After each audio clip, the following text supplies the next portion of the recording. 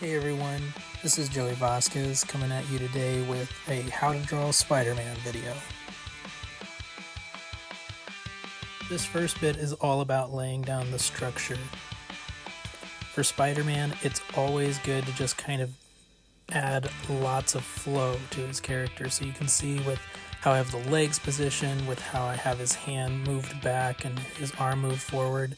When I'm drawing, I like to convey a sense of both perspective, movement, and flow.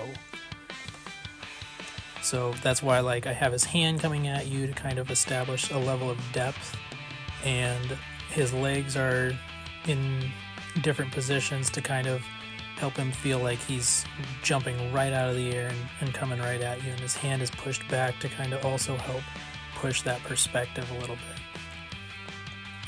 Here I'm doing a little bit more just kind of warm-ups, just trying to get a feel of the Spider-Man I want to do.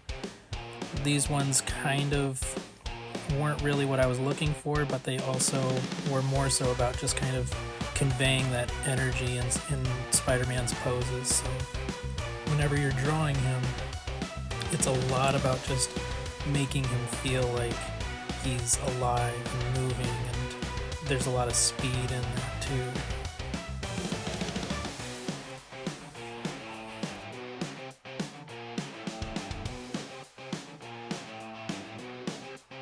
Whenever I'm drawing a new Spider-Man piece, I really try to come up with something different for each one, and sometimes it's a little hard because there's been so many Spider-Man drawn over the years, but it's always good to try to look up new things.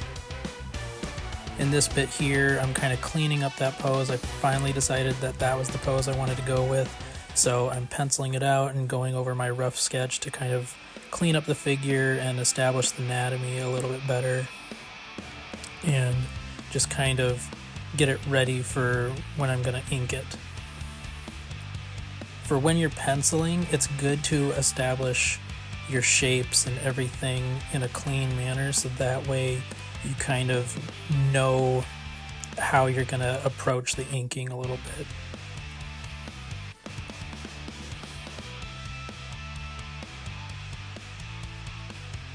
I like to kind of try to establish all my shadows as well, so in this little bit you might start seeing like the shadows on his legs start to take shape, and I really try to pay attention to the direction where the lighting is coming from.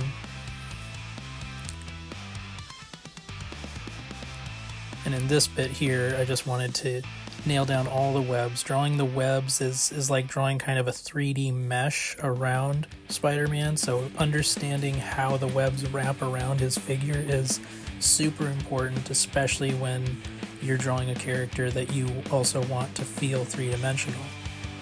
And for drawing, a lot of it is about making each character you draw feel like they're not flat. You have to take a 2D image and make it feel 3D. So with Spider-Man, particularly with his web lines, it's a great way to help establish a level of depth with each pose you do. And then for the inking stage, I really like to try to nail down the outline and then just go in with all the details. So then I kind of can get to a quick finish.